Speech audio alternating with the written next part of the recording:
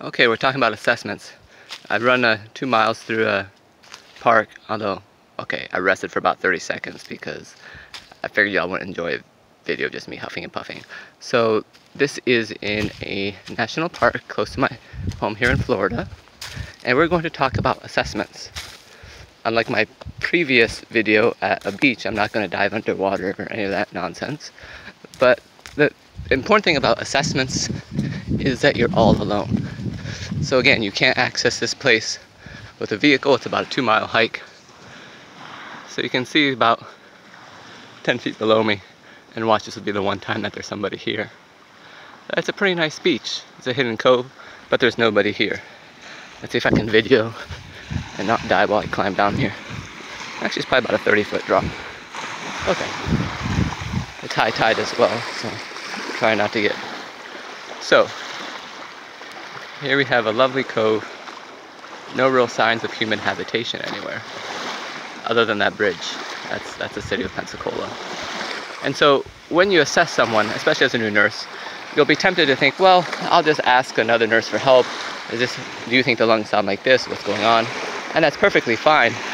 But remember that, and we touched a little about this when we talked about bullying, nurses are really good at pretending to care. They're really good at smiling and saying, oh, I don't mind helping you at all.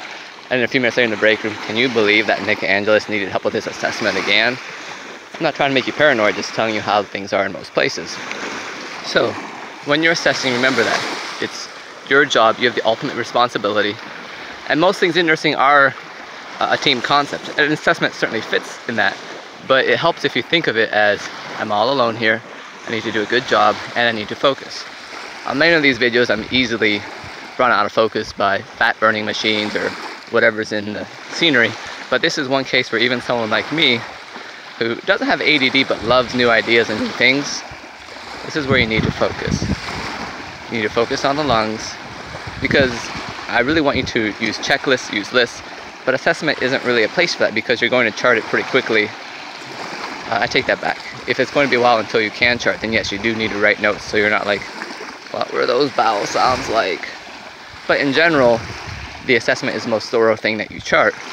So if you can assess and then quickly chart it, you're much better off.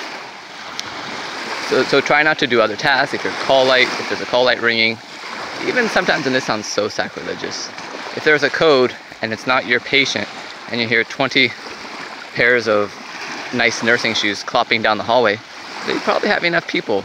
Go ahead and finish through the lungs and then rush out and see what's going on.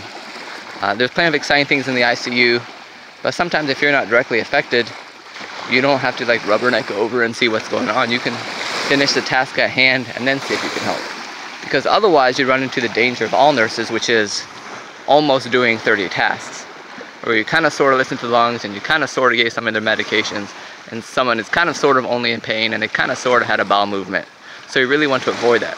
When it comes to assessments, focus. Finish the job, go on to the next job. Because think of the alternative. Are you really going to listen to somebody's left lung, go past the medication, and come back and listen to their right lung? Just do what you got to do. And that way, as you do it all at the same time, you can prioritize things that matter for that patient's unique situation, and you can spend less time on things that don't matter for that particular patient. While if you're not focused, you're just going to do the same run-of-the-mill assessment that, yeah, maybe gets your job done, but if something really bad happens, you probably wouldn't have caught it because you're not tailoring your assessment to the individual patient. Instead, you're doing just a cookie-cutter job on everything, just as a task list. And remember, assessment isn't really a task list. Everything that you do depends on what you find, on what you listen, on what you see. So without this crucial part of the nursing process, the rest of it's garbage. And now I think I will swim, but you don't like to see that. I like how I look like I'm some sort of like beach nurse right now, assessing the crabs. I did see a copperhead on the way here, but I don't think I'll assess him. I think he's perfectly fine. I don't think I'll inspect his fangs. I don't think I'll look at his rattle. Actually, I don't think copperheads have rattles. I'm gonna have to Google that.